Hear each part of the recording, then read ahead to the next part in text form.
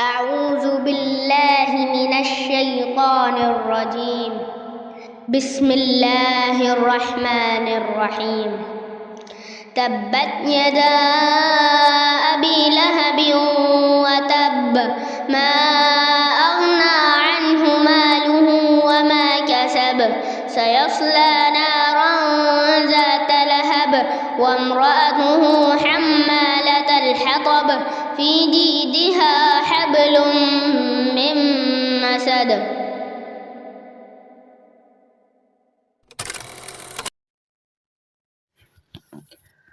أعوذ بالله من الشيطان الرجيم. بسم الله الرحمن الرحيم. رب اشرح لي صدري ويسر لي أمري واحلل عقدة من لساني يفقه قولي. رب يسر ولا تعسر وتمم بالخير وبك نستعين. السلام عليكم ورحمة الله وبركاته. الحمدللہ رب العالمین سورہ تبت کے پارٹ 1 اور پارٹ 2 میں اب تک ہم 3 آیات کی تفسیر کر چکے ہیں، جس میں ہم نے ابو لہب کے بارے میں پڑھا کہ وہ کون تھا، اس کا کردار کیا تھا اور اخلاقاً وہ کن صفات کا مالک تھا، کس کس طرح سے اللہ تعالیٰ نے اس کو نوازا تھا اور پھر آخر اس کا انجام کیا ہوا۔ آج ہم دیکھیں گے کہ آیت نمبر 4 اور 5 میں اللہ تعالیٰ نے کیا ارشاد فرمایا ہے اس کی بیوی کے متعلق، کہ اس کی بیوی کون تھی، اس کا اخلاق کیسا تھا، اس کا کردار کیا تھا اور آخر اس کا انجام کیا ہوا۔ بسم اللہ الرحمن الرحیم۔ تبت یدا ابی لہب وتب ما اغنى عنه ماله وما كسب سيصلى نارا ذات لهب وامرأته حمالة الحطب في جيدها حبل من مسد وامرأته حمالة الحطب، سورہ تبت یا سورہ لہب کی آیت نمبر 4۔ اور اس کی بیوی لکڑیاں اٹھانے والی۔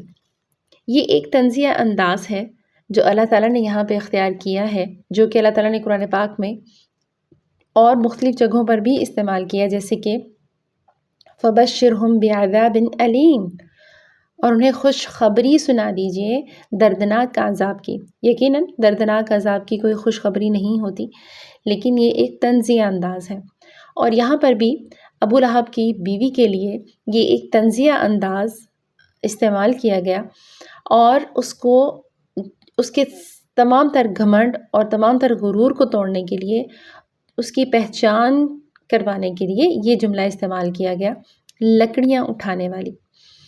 ابو لہب کی بیوی کون تھی؟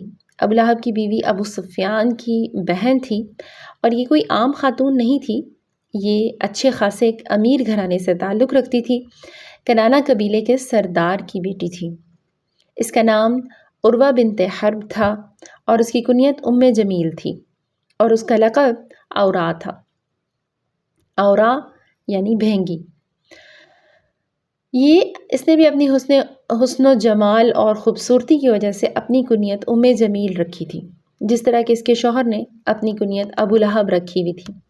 یقیناً اس کی کسی اولاد کا نام جمیل نہیں تھا، جس کی وجہ سے اس نے اپنی کنیت رکھی، اور یہ بہت زیادہ بد اخلاق اور بد زبان عورت تھی۔ اپنے شوہر کی طرح یہ بھی اللہ تعالیٰ کے دین کے خلاف آپ صلی اللہ علیہ وآلہ وسلم کی دشمنی میں حد سے گزر چکی تھی۔ کہتے ہیں کہ عبداللہ بن عباس اور ربیہ بن انس کی روایت میں ہے کہ وہ راتوں کو خاردار جھاڑیاں رسول اللہ صلی اللہ علیہ وآلہ وسلم کے دروازے پر ڈال دیا کرتی تھی، اس لیے اسے لکڑیاں ڈھونے والی کہا گیا۔ ٹھیک ہے، اور کچھ مفسرین کہتے ہیں کہ وہ لوگوں میں فساد ڈلوایا کرتی تھی، اس کا اخلاق بہت برا تھا، اور چغل خوری کی اسے عادت تھی، یہاں کی بات وہاں اور وہاں کی بات ادھر لگانے کی، جس کی وجہ سے لوگوں کے درمیان فساد پھیلتا ہے اور لوگوں کے درمیان فتنے کی آگ بھڑکتی ہے، جس کی وجہ سے عربی محاورے کے مطابق اسے لکڑیاں ڈھونے والی کہا گیا۔ عرب میں جو شخص ادھر کی بات ادھر لگائے اسے بھی لکڑیاں ڈھونے والا کہتے تھے، کیونکہ اس سے ظاہر ہے فساد کی آگ بھڑکتی ہے۔ اور اردو میں جیسے بیج مالو کی ٹرم ہم استعمال کرتے ہیں، وہ شخص جو فضول باتیں کرے اور یہاں کی بات وہاں لگائے، وہاں کی بات یہاں لگائے، اسی کو عربی میں حمالۃ الحطب کے معنی میں لیا جا سکتا ہے۔ عرب میں حمالۃ الحطب اپنی پیٹھ پر لکڑیاں ڈھونے والے سے وہ شخص بھی مراد ہوتا تھا جو گناہوں کا بوجھ اپنے اوپر لاد رہا ہو، جیسے فلان یحتطب علی ظہرہ، یعنی فلاں شخص اپنی پیٹھ پر لکڑیاں لاد رہا ہے۔ کچھ مفسرین کہتے ہیں کہ آخرت میں لکڑیاں لا لا کر یہ اپنے شوہر کی آگ میں ڈالے گی، کیونکہ دنیا میں بھی یہ اس کے اعمال اور اس کی تمام تر ایکٹیویٹیز میں برابر کی شریک تھی، بلکہ اس سے بھی بڑھ کے یہ اس کی حوصلہ افزائی کرتی اور اس کے تمام کاموں میں جو دین کے خلاف تھے اور محمد صلی اللہ علیہ وآلہ وسلم کی نفرت کو بڑھکاتے تھے، اس میں یہ اس کے ساتھ پیش ہوتی اور ہر طرح سے آپ صلی اللہ علیہ وآلہ وسلم کی مخالفت میں اپنے شوہر کا ساتھ دیتی۔ اسی تناسب سے قیامت کے دن اس کا عذاب بھی ایسا ہی ہوگا۔ یوں بھی ہو سکتا ہے کہ وہ اپنے ہی عذاب کی آگ کو خود اپنے ہی ایندھن سے بھڑکاتی ہو۔ کہتے ہیں کہ یہ بہت کنجوس تھی اپنے شوہر کی طرح۔ اللہ تعالیٰ نے مال تو دیا تھا، امیر گھرانے سے تو تھی، لیکن خاردار جھاڑیاں تک اٹھانے کے لیے یہ کسی کو قیمت نہیں دیتی تھی۔ خود جاتی، خود اٹھا کر لاتی اور خود آپ صلی اللہ علیہ وآلہ وسلم کے راستے میں ان کو ڈال دیتی، تاکہ آپ صلی اللہ علیہ وآلہ وسلم یا آپ سے ملنے والے یا آپ کے ملن نثار یا آپ سے محبت کرنے والے یہاں سے گزریں، جو بھی آپ صلی اللہ علیہ وآلہ وسلم سے تعلق یا نسبت رکھتا ہے ان سب کو تکلیف پہنچے۔ یہ اپنے پیشہ میں شاعرہ تھی۔ اس کا باپ جو تھا، لکھنے کا عرب میں جو رواج ہے وہ اس کے باپ کے قبیلے بلکہ خود اس کے باپ سے ہی یہاں رواج پایا، یعنی اولاً جو لکھنے پڑھنے کا اس معاشرے میں کام شروع ہوا وہ اس کے والد کی طرف سے آیا، اور یہ خود شاعرہ تھی، شعر لکھا کرتی تھی، اور اس نے اس صلاحیت کو بھی، اللہ تعالیٰ کی دی ہوئی اس صلاحیت کو بھی اسلام کے خلاف استعمال کیا، اور وہ آپ صلی اللہ علیہ وآلہ وسلم کی شان میں گستاخی کرنے کے لیے شعر لکھا کرتی تھی۔ اسماء بنت ابو بکر کہتی ہیں کہ جب یہ سورہ نازل ہوئی، سورہ لہب، تو ابو لہب کی بیوی بہت غصے میں خود اپنے ہی لکھے ہوئے شعر اپنے منہ میں گنگناتی ہوئی مکہ کی طرف روانہ ہوئی۔ حضرت ابو بکر رضی اللہ تعالیٰ عنہ نے جب اس کو دیکھا، آتے ہوئے دیکھا، تو انہوں نے آپ صلی اللہ علیہ وآلہ وسلم سے فرمایا کہ یا رسول اللہ، آپ کچھ دیر یہاں سے ہٹ جائیے، مجھے لگتا ہے کہ یہ بہت غصے میں ہے اور یہ کہیں آپ کو نقصان نہ پہنچائے۔ آپ صلی اللہ علیہ وآلہ وسلم نے فرمایا یہ مجھے کچھ نہیں کہہ سکے گی، اور ایسا ہی ہوا۔ جب وہ آئی تو اللہ تعالیٰ نے اس کے اور آپ صلی اللہ علیہ وآلہ وسلم کے درمیان پردہ حائل کر دیا، اور وہ آپ صلی اللہ علیہ وآلہ وسلم کو دیکھ بھی نہ سکی۔ اس نے حضرت ابو بکر رضی اللہ تعالیٰ عنہ سے پوچھا، میں نے سنا ہے کہ تمہارے ساتھی نے میری ہجو کی ہے، ہجو یعنی میری بے عزتی کی ہے، یا میری شان کے خلاف اشعار کہے ہیں؟ تو حضرت ابو بکر رضی اللہ تعالیٰ عنہ نے فرمایا کہ نہیں، ہرگز نہیں، آپ صلی اللہ علیہ وآلہ وسلم نے تو ایسا نہیں کیا، اور حقیقتاً ایسا ہی تھا۔ یہ سورہ تو اللہ تعالیٰ کی طرف سے نازل ہوئی تھی، آپ صلی اللہ علیہ وآلہ وسلم نے خود اپنی طرف سے تو نہیں یہ سب کہا تھا۔ تو حضرت ابو بکر رضی اللہ تعالیٰ عنہ نے فرمایا کہ ایسا نہیں ہے، اور حضرت ابو بکر رضی اللہ تعالیٰ عنہ جو کہ صدیق تھے، سچے تھے، تو وہ آپ کی بات کو سچ مانتے ہوئے واپس چلی گئی۔ فی جیدہا حبل من مسد، اور اس کی گردن میں مونجھ کی رسی ہوگی۔ یہ اس کی آخرت کا انجام بتایا جا رہا ہے۔ جیدہا کہتے ہیں اس گردن کو جس میں زیور پہنا گیا ہو، جو زیور سے زیب آرائش ہو، سجی ہو، اس گردن کو جیدہا کہا جاتا ہے۔ اس لیے یہاں پر بھی کہتے ہیں کہ دنیا میں اس کے پاس بہت ایک قیمتی ہار تھا، جو وہ کہا کرتی تھی کہ لات و عزا کی عزت کی خاطر میں یہ ہار بیچ دوں گی، اور جتنا پیسہ مجھے اس سے حاصل ہوگا وہ سب محمد صلی اللہ علیہ وآلہ وسلم کی دشمنی میں لگا دوں گی۔ اور کچھ روایات میں آتا ہے کہ وہ یہ کہا کرتی تھی کہ جو بھی میرا ساتھ دے گا محمد کی دشمنی میں، اسے میں انعام کے طور پر یہ ہار دوں گی۔ تو اللہ تعالیٰ نے بھی اس کے اس ہار کو قیامت کے دن کس چیز سے بدل دیا؟ حبل من مسد، کہ اس قیمتی ہار کی جگہ قیامت کے دن اس کی گردن میں مونجھ کی رسی ہوگی۔ ہو سکتا ہے کبھی آپ نے مونجھ کی رسی کا ایکسپیرینس کیا ہو، وہ بہت زیادہ چبھنے والی ہوتی ہے۔ یہاں جیدہا یعنی کہ سجی سجائی اس کی گردن کا ذکر کر کے بھی اس کے غرور کو توڑا گیا ہے کہ دنیا میں اگر اللہ تعالیٰ نے تمہیں یہ ہار دیا تھا تو اس میں تمہارا کوئی کارنامہ نہیں تھا۔ قیامت کے دن یہ ہار تمہارے اعمال کی وجہ سے، تمہاری حرکات کی وجہ سے، تمہاری ان ساری کوششوں کی وجہ سے جو تم نے دین کے خلاف کی، یہ مونجھ کی رسی بن جائے گا اور تمہارے گلے کا طوق ثابت ہوگا۔ الحمدللہ رب العالمین، یہ تھی وہ تصویر کشی جو اللہ تعالیٰ نے ان کے اعمال کی وجہ سے دنیا اور آخرت میں ان کی حالت کی پیش کی۔ آئیے اب ہم دیکھتے ہیں کہ اس سورہ میں کیا کیا پوائنٹس ہو سکتے ہیں جو ہمارے سیکھنے کے ہیں، اور کیا کیا چیزیں ہو سکتی ہیں جن سے ہمیں بچنے کی ضرورت ہے۔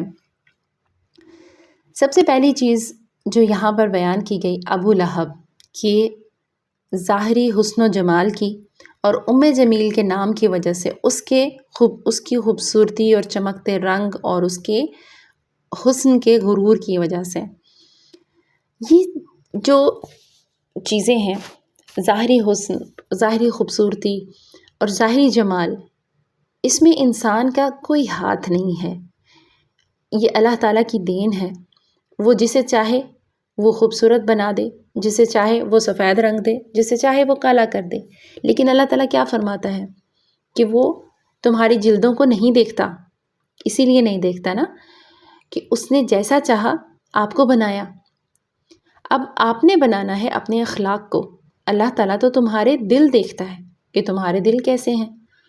اب ابو لہب جو تھا وہ بھی اپنے چمکتے رنگ میں اس نے اپنی کنیت رکھی، اور اس کی بیوی بھی یقیناً خوبصورت تھی تو اس نے اپنی کنیت جمیل رکھی، لیکن ان کا یہ حسن ان کے کسی کام نہیں آیا۔ ان کی اس ظاہری خوبصورتی نے ان کو اندر سے رتی برابر بھی خوبصورت نہ کیا۔ پھر اللہ تعالیٰ نے ان کو کیا دیا؟ مال و دولت، جو ایک انسان کی سب سے بڑھ کے خواہش ہو سکتی ہے کہ انسان کسی کا محتاج نہ ہو اور اس کے پاس سب سے بڑھ کے دولت ہو، اور ہر وہ چیز، ہر وہ آسائش ہو جو وہ آرام سے خرید سکتا ہو۔ لیکن اس مال و دولت کو بھی انہوں نے کہاں استعمال کیا؟ عام انسان کو بھی وہ اپنے مال اور اپنی دولت کی وجہ سے بہت پریشان کرتے تھے، سود لیا کرتے تھے، اور جسے قرض دے دیتے وہ تو ان کے جیسے چنگل میں پھنس جاتا تھا۔ اور پھر اس مال کو انہوں نے اللہ تعالیٰ کی راہ میں بھی ایک پائی بھی خرچ نہ کی، بلکہ یہی کوشش رہی دونوں میاں بیوی کی کہ اس مال کو اللہ تعالیٰ کے دین کے خلاف اور محمد صلی اللہ علیہ وآلہ وسلم کی دشمنی میں ہی استعمال کرنا ہے۔ غرور اور اپنے رتبے کا غرور، اور اس چیز کا غرور کہ وہ جو کر رہے ہیں وہ بالکل ٹھیک کر رہے ہیں۔ اپنے آپ کو ہر وقت انہوں نے ہر سٹیج پر صحیح گردانا، نہ کسی کی نصیحت سنی، نہ کسی کی بات کا اثر کیا، اور خود اپنے بھتیجے کی بات بیٹھ کر نہیں سنی، بلکہ اپنے دل میں غرور اور تکبر کو ہی جگہ دی۔ اس سے بڑھ کر بھی کیا ہوا؟ جب جنگ بدر میں تمام سردار مارے گئے تو توبہ استغفار کرنے کی بجائے ہٹ درمی اور ضد میں اسی دین پر مر گئے، بد کلامی کی۔ جہاں سب عرب کے لوگ مشرکین کھڑے تھے صفا پہاڑی پر، آپ صلی اللہ علیہ وآلہ وسلم کو سن رہے تھے، کسی نے ان کے ساتھ اختلاف تھا۔ اس وقت میں 70-80% لوگوں کو آپ صلی اللہ علیہ وآلہ وسلم کی اس سٹیٹمنٹ سے اختلاف تھا، مگر بولنے اور بد کلامی کرنے کی جرت سب سے پہلے ابو لہب نے کی۔ اور پھر اس چیز میں بھی اس کی بیوی اس کے ساتھ تھی، وہ آپ صلی اللہ علیہ وآلہ وسلم کی شان کے خلاف شعر لکھا کرتی تھی، اور پھر دوسروں کے لیے مشکلات کا باعث بننا، یہ دونوں آپ صلی اللہ علیہ وآلہ وسلم کے رشتہ دار ہونے کے ساتھ ساتھ ہمسائے بھی تھے، لیکن ہمسائیگی کا بھی کوئی حق انہوں نے ادا نہیں کیا، بلکہ آپ صلی اللہ علیہ وآلہ وسلم کے راستے میں خاردار جھاڑیاں ڈالتے رہے۔ ہمارے سیکھنے کی چیز یہ ہے کہ اللہ تعالیٰ جو ہمیں صلاحیتیں دے، اللہ تعالیٰ ہمیں جو نعمتیں دے، اللہ تعالیٰ نے ہمیں جو مال سے، حسن سے، صلاحیتوں سے، جو بھی اللہ تعالیٰ نے ہمیں نوازا ہے، ہمیں اس کا بہترین اور صحیح استعمال اللہ تعالیٰ کی راہ میں کرنا ہے۔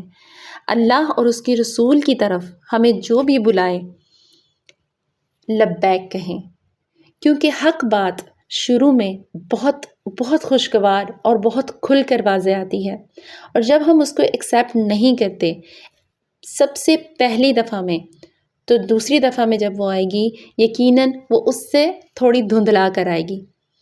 جب بھی ہم ایکسیپٹ نہیں کریں گے تو پھر تیسری دفعہ جب آئے گی اور دھندلی ہو جائے گی، اور ہمیں حق کو قبول کرنا مشکل سے مشکل تر ہوتا چلا جائے گا۔ اس لیے جہاں دیکھیں اللہ تعالیٰ کی بات قرآن سے، دلیل سے، آپ صلی اللہ علیہ وآلہ وسلم کی صحیح حدیث سے آپ تک پہنچ رہی ہے، اس کو سمعنا و اطعنا کریں اور اسے قبول کر لیں، اس سے پہلے کہ وہ دھندلا جائے اور دھندلا جائے، یہاں تک کہ خدا نخواستہ اللہ تعالیٰ دلوں پر مہر لگا دے۔ صلہ رحمی کیجیے۔ ابو لہب اور ابو طالب یہ دونوں آپ صلی اللہ علیہ وآلہ وسلم کے چچا تھے۔ نہ ابو طالب ایمان لایا، نہ ابو لہب ایمان لایا، لیکن ابو طالب نے کیا کیا؟ صلہ رحمی کی۔ ایک روایت میں آتا ہے کہ آپ صلی اللہ علیہ وآلہ وسلم نے اللہ تعالیٰ سے دعا کی، اور بہت زیادہ دعا کی، جس کے بدلے میں جو دنیا میں ابو طالب نے آپ صلی اللہ علیہ وآلہ وسلم کا ساتھ دیا تھا، اس کے بدلے اللہ تعالیٰ نے فرمایا کہ اس کو اتنی رعایت ملے گی کہ آگ اس کے گھٹنوں تک ہوگی، یعنی پورے کا پورا آگ میں نہیں ڈالا جائے گا، گھٹنوں تک اس کے آگ ہوگی، اور اس آگ کی تپش سے اس کا سر کھول رہا ہوگا۔ صلہ رحمی، اس کے اور بہت سے فوائد جو ہم نے اپنے اس سبق میں پڑھے ہیں۔ ضرور صلہ رحمی سے ڈریے، اللہ تعالیٰ نے اپنے رحمان نام سے اس کو نکالا ہے۔ حسن سلوک کیجیے، اپنے رشتہ داروں کو جہاں غلط پائیں وہاں حسن سلوک کے ساتھ ان کی رہنمائی کیجیے، چھوڑ نہ دیں، قطع تعلقی نہ کریں، لیکن بد اخلاقی بھی نہ کریں، بد کلامی بھی نہ کریں، حسن سلوک سے ان کو اچھی چیز سکھا دیجیے، یہی صلہ رحمی ہے۔ اور خیر کی بات، اگر آپ کو لگتا ہے وہ کسی جگہ پر غلط ہیں، کہیں غلط کر رہے ہیں، کسی مقام پر ان کا کردار غلط ہے، یا کوئی ان کا فعل ایسا ہے جس سے آپ کو تکلیف پہنچ رہی ہے، دین کے معاملے میں، دنیا کے معاملے میں، معاشرتی حالات میں، کسی بھی سٹیج پر، قطع رحمی ہرگز نہ کیجیے، صلہ رحمی کریں اور حسن سلوک سے ان تک خیر کی بات پہنچا دیجیے۔ آپ صلی اللہ علیہ وآلہ وسلم کے پاس ایک شخص آیا اور اس نے شکایت کی کہ یا رسول اللہ، میرے رحم کے رشتے میرے ساتھ قطع تعلقی کرتے ہیں اور مجھے تکلیف پہنچاتے ہیں، جبکہ میں ہر بار ان کے ساتھ اچھا سلوک کرتا ہوں اور ان کے ساتھ صلہ رحمی کرتا ہوں۔ آپ صلی اللہ علیہ وآلہ وسلم نے فرمایا، اگر سچ میں تم ایسا کرتے ہو تو تم ان کے منہ میں آگ ڈال رہے ہو، تو آپ صلہ رحمی کرتے چلے جائیے۔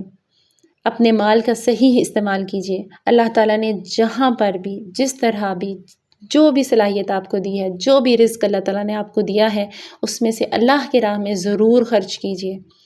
اگر آپ اچھا کھانا بنا سکتی ہیں تو کھانا بنا کے اللہ کی راہ میں دے دیجیے۔ اگر آپ اچھا بول سکتے ہیں تو اللہ تعالیٰ کے دین کی بات کو اچھے انداز میں پھیلائیے۔ اگر آپ کو اللہ تعالیٰ نے روپیہ، پیسہ، مال زیادہ دیا ہے تو اس میں سے اللہ تعالیٰ کی راہ میں غریبوں میں خرچ کریں، رشتہ داروں میں خرچ کریں، جو مستحق ہے اس میں خرچ کریں۔ اگر اللہ تعالیٰ نے تھوڑا دیا ہے تو تھوڑا خرچ کریں، زیادہ دیا ہے تو زیادہ خرچ کر لیں۔ عائشہ رضی اللہ تعالیٰ عنہ کے پاس ایک دفعہ ایک عورت آئی تو عائشہ رضی اللہ تعالیٰ عنہ کے گھر میں کھانے کے لیے سوائے 2 کھجوروں کے کوئی دوسری چیز نہیں تھی۔ حضرت عائشہ صدیقہ رضی اللہ تعالیٰ عنہ نے وہ بھی اس کو دے دی۔ اس کے پاس 2 بیٹیاں تھیں، اس نے 1 کھجور ایک بیٹی کو اور 1 کھجور ایک بیٹی کو دی اور چل دی۔ حضرت عائشہ صدیقہ رضی اللہ تعالیٰ عنہ نے یہ نہیں سوچا کہ میرے پاس تو کھانے کے لیے اور کوئی چیز نہیں ہے، صرف یہ 2 کھجوریں ہی ہیں، اور بلا سوچے سمجھے جس نے سوال کیا اسے عطا کر دیا۔ اللہ کے نیک بندوں کا احترام کیجیے، اللہ تعالیٰ کے نیک بندوں میں شامل ہو جائیے، ان کی صحبت اختیار کیجیے۔ ایک نیکی اپنے ساتھ دوسری نیکی ضرور لے آتی ہے، اس لیے نیک لوگوں میں اٹھیں، نیک لوگوں میں بیٹھیں، اچھے دوست بنائیں، اچھے اخلاق والے، جو بد کلامی نہ کرتے ہوں، جو گالی گلوچ نہ کرتے ہوں، جو اللہ تعالیٰ کے حقوق کے ساتھ ساتھ انسانوں کے حقوق کو بھی پہچانتے ہوں، جو خوش اخلاق ہوں، اور جو سب سے بڑھ کر آپ کا نیکی میں ساتھ دینے والے ہوں، جو آپ کو برائی سے روکنے والے ہوں۔ ایسے لوگوں کو پہچانیے اور ان لوگوں کا ساتھ تھام لیجئے۔ اللہ تعالیٰ سورہ کہف میں فرماتے ہیں کہ ایسے لوگوں کے ساتھ صبر کا معاملہ کیجئے، صبر کے ساتھ ان کے ساتھ ہی رہیے جو اللہ تعالیٰ کو یاد کرنے والے ہیں، صبح شام جو اللہ کا ذکر کرتے ہیں اور اللہ تعالیٰ کے حقوق ادا کرتے ہیں۔ اگر ان سے پھر کوئی غلطی ہو جائے، کوئی کوتاہی ہو جائے تو ان کے ساتھ رہیں، صبر کے ساتھ ان کا ساتھ کبھی نہ چھوڑیں۔ دیکھیں جمیل اور ابو لہب دونوں کا ساتھ کس چیز پر تھا اور آخر دونوں کا انجام کیسا ہوا۔ اس لیے اپنی صحبتیں ایسی چنیں جو آپ کو خیر کی طرف تھام کے رکھیں۔ الحمدللہ رب العالمین، یہاں سورۃ تبت ہماری ختم ہوئی اللہ تعالیٰ کے اذن سے۔